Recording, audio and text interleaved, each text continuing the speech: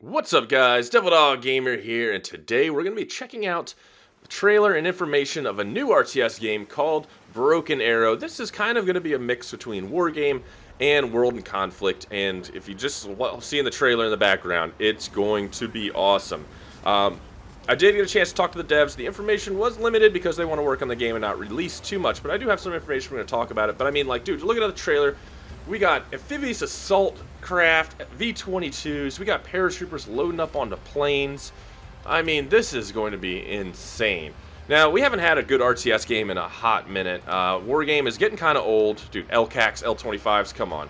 Getting kind of old. We need something else, and with World in Conflict never making a return, this looks like it could be the next best thing. And the scale of it, paratroopers. I mean, we haven't had a game with paratroopers in a hot minute. Airdrop BMDs, come on. So, from what I gather, this is going to start out as just Americans versus Russians, with maybe groups being added later. The one kind of key thing is it really does look like it's going to be a mix between Wargame and World in Conflict. The map sizes are going to be massive, the, naval freaking bombardments, beach assaults, like, oh my goodness, so much cool stuff in it, dude. Like, oh, I'm so excited. You guys know me, I played the hell out of Wargame and World in Conflict. We just streamed all of World in Conflict pretty much a month or two ago, and it made me so nostalgic, and then it made me dive deeper into this and talk to the devs. And now I'm even more excited for Broken Arrow. Like, I will clear my week schedule after this. And oh yeah, it has nukes. Hence we go World in Conflict. This game is awesome, okay? So first of all, it is confirmed. Yes, there will be amphibious assaults. There will be maps where one team starts out on the beach, the other starts out on the land. And you gather up your forces with naval forces, LHDs, carriers and stuff, and do an actual amphibious assault. The maps are going to be about 100 square kilometers with a crazy zoom and cloud levels, so you'll be able to really get down right to the normal infantrymen or zoom all the way out and see all of the battlefield for kind of a tactical overview. There are nukes, yes, there are other weapons like that. There will be paratroopers, there will be LCACs and Zubars and hovercraft and land forces, and it looks like we're going to actually get infantry that's worth a damn. If you played regiments, the infantry's kind of attached, and it's kind of funky. Like, infantry's just, there is really no infantry in the game. This looks like the actual spiritual successor to Wargame and World in Conflict. And everything I see and everything, I keep hearing about with the game, and the more they keep posting stuff on their Discord, the more I'm like, this is it, man. This is the RTS game that's gonna be back. I mean, like, sure, we got our company of heroes, but, like, when it comes to the modern stuff, it's been a while, man. And we're going to get it with this. So one of the really cool things that I'm liking about this is you'll be able to actually customize your units. So say you get your M1 Abrams. Well, you'll be able to change it from the SEP or the Tusk packages to even adding APS. Same with aircraft. You'll be able to customize the loadout of aircraft, whether it be SEAD or ground attack, laser-guided weapons, IR missiles for anti-ground, air-to-ground, and all of the characteristics of the tanks and stuff or the vehicles will change with your upgrades that you'll be able to do. So, you may see an Abrams that you're fighting against, but you don't know which upgrade it is or what it is. And once you figure it out, it might have APS, it might not. And so you have to approach each kind of differently because you don't know what package it's carrying until you kind of start engaging it and you're like, oh shit, this is useless, let's back off out of here.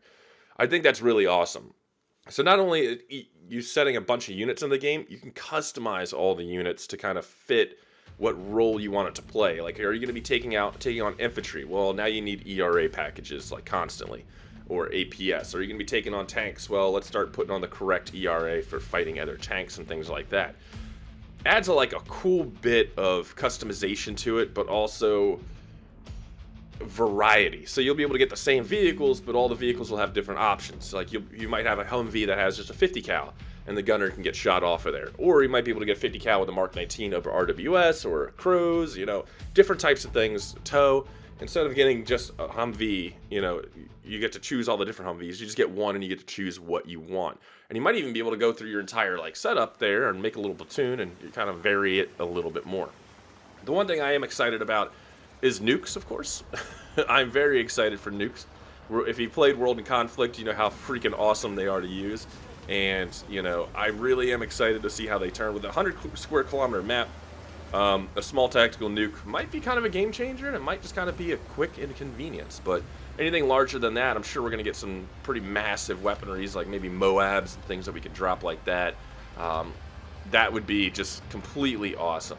Now, I am really excited for the amphibious assault section of the game, because that was something that that I thought Wargame Red Dragon was really going to touch on, because they touted all the naval forces, and it was kind of lackluster.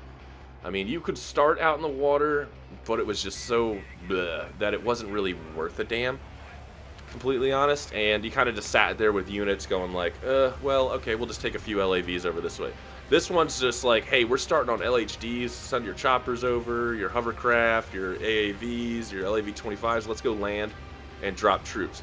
Now, whether the enemy force will be able to set up on the beach and just counter you as you're coming in, or have to set up farther inland and counter you, we'll have to see. I mean, I'd like to see a little bit of mix of both. Like, it could only get infantry units onto the beach to protect, or maybe a few static defenses, but not like an entire freaking tank regiment on the beach waiting for you.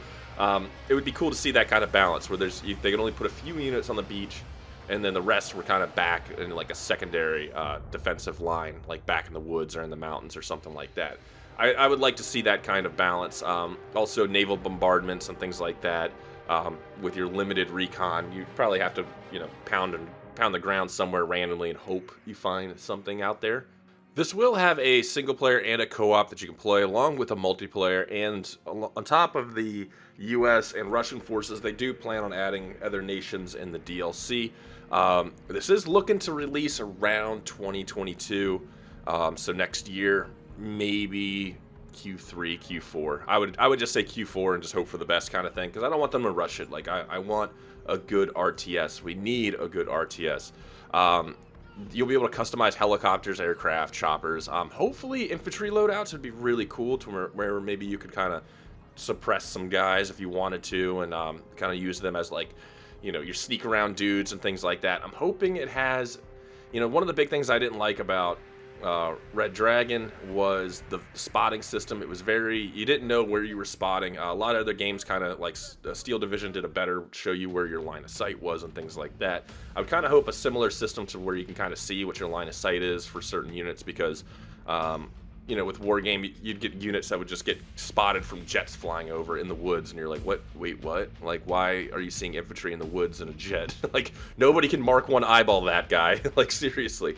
So I'm kind of hoping to see kind of an overhaul of those systems. But overall, this is something that I'm definitely excited about. I need a good RTS in my life. I recently retried Wargame, and just thought it was so boring, and I've been there, done that kind of thing. I also am hoping, I did talk to them a bit about single player. They are looking into the AI system and stuff like that, because that was one of my biggest complaints with Wargame Red Dragon, was if you ever play the single player, the AI just goes against you in a massive wave. They just line up on the road and they just swarm you. No tactical, nothing. It's just straight up human waves. And I thought that was the lamest, because the campaigns in Wargame Red Dragon were pretty cool, but the AI was kind of funky. So they're fans of war games, so they know what's up. Trust me, they know what's up. So I'm hoping, you know, they can kind of get a cool system like that going, and fixed. But of course, you know, multiplayer is a big thing, and I'm sure, you know, with nukes and stuff, they're going to definitely balance those out, especially when it comes to multiplayer, because you don't want nukes getting chucked around and all your forces getting fried and, you know, fallout sickness and dying in their tanks because they left their hatch open and things like that. But this is an exciting game. I am really super stoked for it. This RTS looks amazing, dude. Anything that, like, even closely resembles Wargame or World in Conflict has got my money already. Like, this is super cool. And now that we're getting amphibious assaults, you know, paradrops, giant maps, and just customizable units, I'm even more excited for it. And you throw a nuke or two in there, and you have my attention. And this game definitely has my attention. It is on my radar, should be on your radar. Make sure you guys check it out. Go, you know, follow them on Discord. Keep an eye out on all their progress, because this is going to be an amazing game, and I'm super, super stoked for it. So hopefully they pull it off, and we can get ourselves a really nice modern-day RTS game that just has all the bells and whistles and all the fun stuff. But I am really excited to hear what you guys think about it. what you want to hear, what you want to see from the game. You know, what your questions, comments, concerns, what kind of things that you are concerned about the game. Definitely want to see your feedback. I want to see what you guys think of it. I know there's not a lot of information about it, but I want to I don't want to speculate, but I do want to see what you guys think about this game, because I know a lot of you really enjoyed Wargame Red Dragon, and I'm sure you guys are frothing at the mouth for this game. But let me know in the comments below, and I'll talk to you guys later. Peace.